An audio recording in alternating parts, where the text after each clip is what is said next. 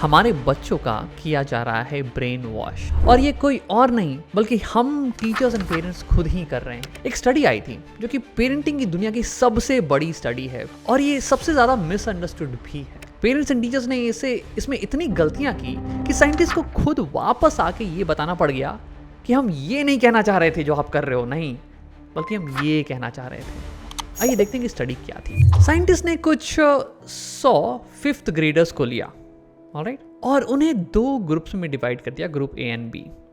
अब पहले उन्हें कुछ इजी से सवाल दिए, क्विज दिया, कुछ इजी से सवाल थे उसमें। उसके बाद उन दोनों ग्रुप्स ने जब उन सवालों को सॉल्व कर लिया तो साइंटिस्ट ने उन्हें प्रेज किया, उन्हें शाबाशी दी। ग्रुप ए की शाबाशी एफर्ट बेस्ड थी, मतलब कि यार तुमने तो बहुत मेहनत की है मैथ्स में, मतलब तुमने इन सवालों में इतने ध्यान से, इतने स्टेप्स को ध्यान रख के सवाल को सॉल्व किया, बहुत ही सही, बहुत ही सही। जबकि ग्रुप बी को कहा कि यार तुम तो बड़े ही इंटेलिजेंट हो, तुम तो आइंस्टाइन हो, तुम तो रामानुजन बनने वाले हो, इतनी आसानी से तुमने सवाल को बना दिया, इतनी जल्दी सवाल को बना दिया, वाह वाह। तो ये थी एफर्ट बेस्ड और इंटेलिजेंट बेस्ड प्रेस। इसके बाद उन्होंने दोनों ग्रुप्स को चॉइसेस दिए कि अब इसके बाद की क्विज तुम इजी वाली क्विज लेना चाहोगे या हार्ड वाली क्विज। क्या आप गेस कर सकते हो कि किस ग्रुप में ज़्यादा बच्चों ने इजी लिया होगा, ज़्यादा बच्चों ने हार्ड लिया होगा? अब शायद आपने सही गेस किया होगा। यहाँ पे ग्रुप ए में ज़्यादा बच्चों ने हार्ड क्विज को चूज़ किया। इनफैक्ट ग्रुप बी में ज़्यादा बच्चों ने इजी क्विज को चूज़ किया। अब ऐसा क्यों? अब ऐसा इसलिए क्योंकि ग्रुप ए को प्रेस किया गया था एफर्ट के बेसिस पे कि आप बहुत ही मेहनती हो, आपने सवाल को छोड़ा नहीं, आप लगे रहे सवाल पे, आपने पूरी स्टेप्स को अच्छे से लिखा, सोच समझ के सॉल्व किया।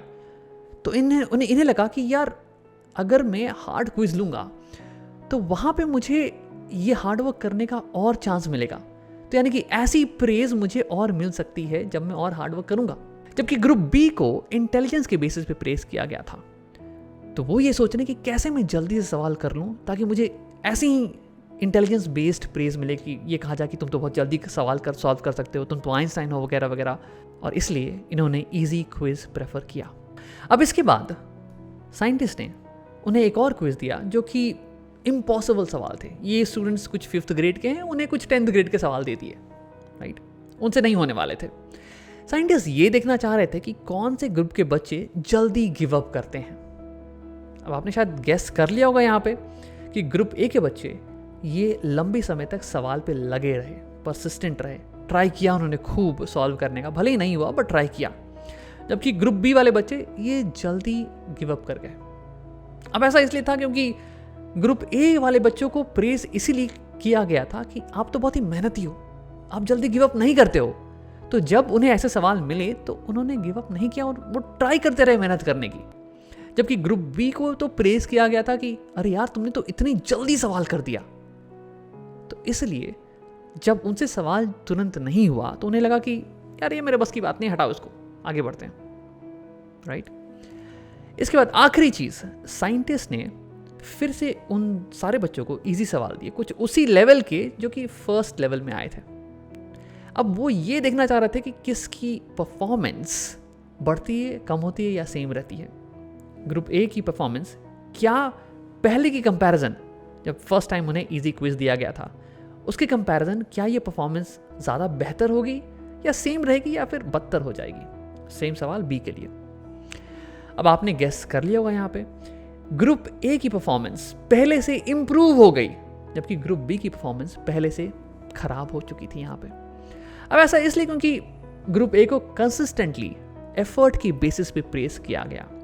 तो अब ये सोच रहे हैं कि यार अब तो मुझे और एफर्ट डालना चाहिए, और एफर्ट डालना चाहिए। तो ये इस बार और एफर्ट डाल रहे थे इजी सवालों पे पहले बार की कंपैरिजन में, और इसलिए पहली बार के कंपैरिजन में इनकी परफॉर्मेंस बेटर रही। वेयर ग्रुप बी जो कि गिव अप कर चुके थे पिछली बार, उन्हें लगा कि यार आई डोंट हैव होप, वो ऑलरेडी डीमोरलाइज थे और उनकी परफॉर्मेंस खराब हो गई। अब इस स्टडी से हमें यह पता चलता है कि बच्चों की जो माइंडसेट है ना, वो 2 तरीके की होती है। A growth mindset, be fixed mindset. Growth mindset का मतलब होता है कि ये बच्चे ये कोशिश करते हैं कि यार कोई भी डिफिकल्ट चीज़ आए ना तो मैं घबराऊंगा नहीं। डिफिकल्ट चीज़ मतलब एफर्ट करना है, हार्डवर्क करना है, या फिर अपनी स्ट्रैटेजी चेंज करनी है, या फिर किसी से मदद मांगनी है। ये सारी चीज़ करने से मैं उस चीज़ को, उस डिफ़िकल्टी को कॉन्कर कर सकता हूँ। इनका बिलीफ ये होता है कि कोई भी हार्ड चीज़ मैं कॉन्कर कर सकता हूँ। जबकि ग्रुप बी, इनकी मेंटालिटी ये होती है कि अगर जल्दी से नहीं बन रहा है मतलब कि ये मेरे बस की बात नहीं, हटाओ इसे, कुछ और करते हैं। ये होगी डिफरेंस ग्रोथ माइंडसेट और फिक्स माइंडसेट में। बट सबसे इंपॉर्टेंट बात स्टडी ने ये बताई कि पेरेंट्स जो फीडबैक देते हैं, पेरेंट्स जो बोलते हैं, टीचर्स जो बोलते हैं, उनकी बेसिस पे बच्चों की मेंटालिटी चेंज करती है, बच्चों की मेंटालिटी डेवलप करती है, राइट। तो यहाँ पे आपने देखा कैसे साइंटिस्ट के फीडबैक ने, जो कि एफर्ट बेस्ड फीडबैक था, इन बच्चों में ग्रोथ माइंडसेट डेवलप किया। सिमिलरली कैसे साइंटिस्ट ने जब इंटेलिजेंस बेस्ड फीडबैक दिया तो इन बच्चों में फिक्स माइंडसेट डेवलप हो गया। और ये हम अक्सर किया करते हैं। ये आप पे और हम पे डिपेंड करता है कि अगली बार आपका बच्चा अगर मैथ्स में एक ट्रॉफी जीत के आए तो आप क्या बोलते हो उसे, और उसके बेसिस पे उसकी मेंटालिटी, उसकी माइंडसेट डेवलप होने वाली है। अगर आप बोलते हो कि यार तुम तो आइंस्टाइन हो, अमेजिंग, क्या तो कितने जल्दी तुमने सवाल बना दिया, तुम क्लास में टॉपर हो, कोई भी तुम्हारे बराबर का नहीं है, तुम बहुत ही अच्छे कर रहे हो, तो उसकी माइंडसेट फिक्स माइंडसेट की डेवलप होने वाली है। और आगे जाके वो बाकी ऐसी चीज़ों में अपना इंटरेस्ट नहीं डेवलप करेगा जिसमें कि उसे जल्दी से चीज़ें समझ में नहीं आए तो। और ये मैथ्स में भी होगा। मैथ्स में भी हर ग्रेड लेवल पे चीज़ें डिफ़िकल्ट होती जाएंगी और वो गिव अप करना चालू कर देगा। बल्कि अगर आपने उसे कहा होगा कि यार तुमने बहुत सही किया, मैं देख रहा था कि कैसे तुम रात रात भर जाके घंटों इम्प्लीमेंट करके अपनी मैथ के होमवर्क को सॉल्व कर रहे थे, मैथ की प्रैक्टिस कर रहे थे, और इसी का रिजल्ट है, उसी एफर्ट का रिजल्ट है कि तुम्हें आज ट्रॉफी मिली है। Good job, keep up the effort, keep up the good work. अब ये बच्चा एफर्ट हमेशा डालेगा हर चीज़ में, हर डिफिकल्ट चीज़ में, और अपने आप को बेहतर करने की कोशिश करेगा। अब आप ये सोच रहे होगे कि राम इसमें कंफ्यूजिंग क्या थी, ये तो बड़ी सिंपल स्टडी है, सबको समझ में आ गया, तो दिक्कत कहाँ रही? दो दिक्कतें हैं। इसे मैं एक एग्जाम्पल, एक क्विज की मदद से समझाता हूँ। मान लीजिए कि आपका बेटा 10th ग्रेड में है और उसे बास्केटबॉल खेलने में बड़ा मज़ा आता है। 10th ग्रेड खत्म होने पे आ रहा है एंड वो आपको आके ये बोलता है कि पापा मैं आगे जाके साइंस मैथ नहीं लेना चाहता हूँ, मुझे बास्केटबॉल प्रोफेशनली सीखना है, मैं स्पोर्ट्समैन बनना चाहता हूँ। अब आप सोच रहे हैं ठीक है कोई बात नहीं, लेकिन एक प्रॉब्लम आपको दिख रही है कि मेरा बेटा थोड़ा छोटा है हाइट में और बास्केटबॉल तो लंबे प्लेयर्स का गेम है। फिर आप उसे क्या बोलने वाला हो, कैसे फीडबैक दोगे? ये ऑप्शंस यहाँ पे स्क्रीन पे हैं। पहला ऑप्शन ये है कि क्या आप उसे बोलोगे कि यार तेरी कॉमेडी बड़ी अच्छी, तू कॉमेडी में क्यों नहीं ट्राई करता है, बास्केटबॉल छोड़। या फिर आप उसे बोलोगे कि यार बहुत ही सही चीज़ कर रहे हो, चलो चलते हैं, कुछ ना कुछ करते हैं, कहीं जाके एडमिशन लेते हैं, वगैरह वगैरह प्लान बनाते हैं। या फिर तीसरी चीज़ आप उसे बोलोगे कि यार तुमसे नहीं हो पाएगा, तुम्हारी हाइट छोटी है, बहुत मुश्किल होने वाली है, are you serious about this? Which option will you pick? अब यहीं पे जो कुछ मॉडर्न पेरेंट्स थे उन्होंने ये समझा कि ग्रोथ माइंडसेट ये बताना चाह रही है कि कोई भी बच्चा अगर वो मेहनत करे तो वो आइंस्टाइन की तरह इंटेलिजेंट बन सकता है या फिर सचिन की तरह स्पोर्ट्समैन बन सकता है। बस मेहनत, that is the most important part. और इसलिए उन्होंने ये चूज किया इस सवाल में कि मैं अपने बच्चे को नहीं बताऊंगा अपनी इनसिक्योरिटीज और अपने फियर्स, बट मैं उसे बढ़ावा दूंगा कि ऑसम, बहुत ही अच्छा कर रहे हो, चलो चल के तुम्हारी एडमिशन करवाते हैं कहीं। अब यहाँ पे हो गई गलती नंबर 1, मिस्टेक नंबर 1 इज कि आपने उसे रियलिटी बताई नहीं कि असलियत क्या है। देखिए साइकोलॉजिस्ट ये कभी नहीं बोलते हैं कि आप मेहनत करके कुछ भी बन जाओगे, राइट। साइकोलॉजिस्ट का मानना है कि हमारी इंटेलिजेंस ये नेचर पे डिपेंड करती है और नर्चरिंग पे भी डिपेंड करती है, दोनों चीज़ पे डिपेंड करती है। मतलब कि आप कुछ ऊपर से लेके आते हो और कुछ अपनी मेहनत से बनाते हो, दोनों चीज़ें। एनालॉजी ये हो जाएगी कि हमारी इंटेलिजेंस रबर बैंड की तरह है। मान लीजिए कि मैं कम इंटेलिजेंट हूँ तो मेरी रबर बैंड छोटी है, और आप ज़्यादा इंटेलिजेंट हैं तो आपकी रबर बैंड बड़ी है। बट मैं मेहनत करके अपनी रबर बैंड को स्ट्रेच कर सकता हूँ, आप भी कर सकते हैं। अब ये जानना ज़रूरी है बच्चों के लिए, तभी तो वो मेहनत करते रहेंगे। एंड यही आप बताने की कोशिश कर रहे हो ग्रोथ माइंडसेट की फीडबैक के ज़रिए हमेशा, कि यार मेहनत करके तुम अपनी रबर बैंड को, तुम अपनी इंटेलिजेंस को, अपनी एबिलिटीज़ को इम्प्रूव कर सकते हो, तो इसलिए करते रहो मेहनत। लेकिन यहाँ पे मिस्टेक ये हो गई ना कि आप मेहनत के पीछे ही भागते रह गए, आपने रियलिटी बताई नहीं अपने बच्चे को कि यार देखो बास्केटबॉल के गेम में एवरेज हाइट प्लेयर्स की होती है 6.5 फुट, तुम्हारी हाइट है 5, तुम्हें होने वाला है भयंकर डिसएडवांटेज, और तुम्हें करनी पड़ेगी एक्सेप्शनल मेहनत बाकियों से बेटर रहने के लिए। बास्केटबॉल की हिस्ट्री में बहुत सारे प्लेयर्स हुए हैं जो कि हाइट में छोटे थे लेकिन टॉप 10 में भी आते हैं। लेकिन उन प्लेयर्स को बहुत ज़्यादा मेहनत करनी पड़ेगी और तुम्हें भी करनी पड़ेगी। सो अगर तुम सीरियस हो इस स्पोर्ट के बारे में, इस प्रोफेशन के बारे में, तो यस, ये मान के बैठ लो कि मेहनत बहुत ही ज़्यादा इंपॉर्टेंट होगी। और इसके बाद भी मैं तुम्हारा टेस्ट लेने वाला हूँ। 1 महीने के लिए तुम्हें बास्केटबॉल अकेडमी में डालते हैं, लेट्स सी तुम कैसा परफॉर्म करते हो, राइट। एंड उसके बाद हम डिसीजन लेते हैं। तो यहाँ पे मैं ये कहना चाह रहा हूँ कि गलती ये है कि आप रियलिटी को छुपा रहे हैं बिकॉज आप चाहते हैं कि आपके बच्चे पे कुछ नेगेटिव इफेक्ट नहीं पड़े, वो ट्रॉमा में नहीं चला जाए, वो गुस्सा नहीं हो जाए, इमोशनल प्रॉब्लम्स नहीं आ जाएं। But that is not what growth mindset is saying. Do not hide the reality. आप रियलिटी बताइए और उसके बाद भी प्रमोट कीजिए एफर्ट को। Alright, that was first mistake.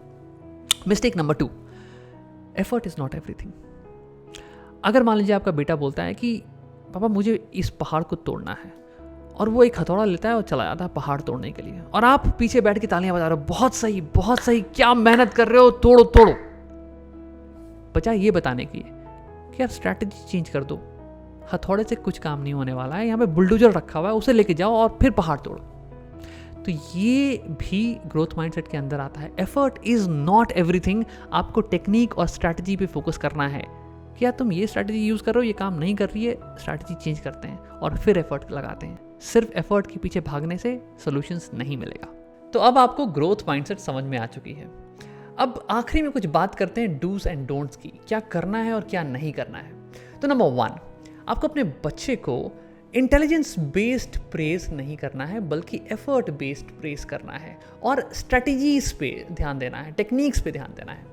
For example, और ये चीज़ जो है ना हमारे अंदर बहुत ही इनग्रेन्ड है, मतलब बच्चा बहुत ही छोटा होता है तभी से हम उसे इंटेलिजेंस बेस्ड प्रेज करते हैं। आपका बच्चा 6 महीने का है और वो चलना चालू कर दे, आप क्या बोलोगे? अरे वाह, तुम तो बड़े होके एकदम मतलब उसैन बोल्ट बनने वाले हो, तुम तो इतनी जल्दी चलना चालू कर दिए, मतलब कि तुम्हारा दिमाग बहुत ही तेज़ है। आप खुद अंदर ही अंदर प्राउड फील करने लगते हो, राइट। इसे कंट्रोल कीजिए, ये फिक्स माइंडसेट प्रमोट करेगी। अगर आपका बच्चा मान लीजिए कि कुछ मैथ का सवाल जल्दी बना के आता है या मैथ कंपटीशन जीत के आता है, तो उसे ये मत बोलिए कि तुमने तो बहुत ही जल्दी कर दिया, तुमने बाकियों से बहुत ही तेज़ी में कर दिया, तुम रामानुजन बनने वाले हो, तुम तो बहुत ही इंटेलिजेंट हो। नहीं, बल्कि उसे ये कहिए कि मैंने ध्यान दिया कि तुमने कितनी मेहनत की इसके पीछे, तुम रात रात भर जगे और इसे पढ़ने और समझने की कोशिश की, तुमने मुझसे डाउट पूछा, बाकी सबसे डाउट पूछा, ये सारी स्ट्रैटेजीज तुमने अप्लाई की और इसके बाद तुमने सक्सेस अचीव किया। तो इस पे ध्यान दीजिए। नंबर 2, अपने बच्चों को लेबल मत कीजिए, जैसे कि तुमसे नहीं हो पाएगा। और टीचर्स ये अक्सर मिस्टेक करते हैं। इनफैक्ट मेरी टीचर ने भी एक बार मुझे कहा था कि तुम क्यों इतना मेहनत कर रहे हो इस सब्जेक्ट में, ये तुम्हारे बस का है ही नहीं।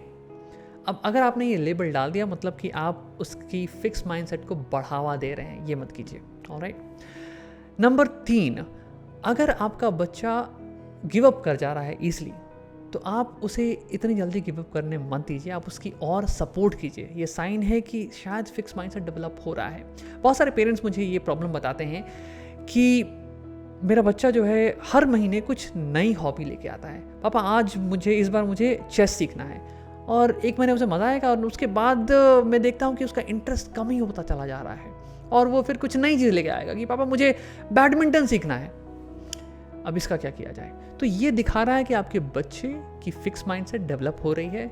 जैसे ही कोई चीज़ में चैलेंज बढ़ता है, उसे उतना इंटरेस्ट नहीं होता है उसमें, उसे उतना मज़ा नहीं आ रहा है और वो गिव अप करना चालू कर दे रहा है। इन केसेस में आप उनसे बात कीजिए और ये पता लगाने की कोशिश कीजिए कि कहाँ गलती आ रही है और कैसे इसे सॉल्व किया जाए, कैसे टेक्निक्स और स्ट्रैटेजीज़ को बदला जाए ताकि बच्चा टास्क पे फोकस करे और सक्सेस हासिल करे।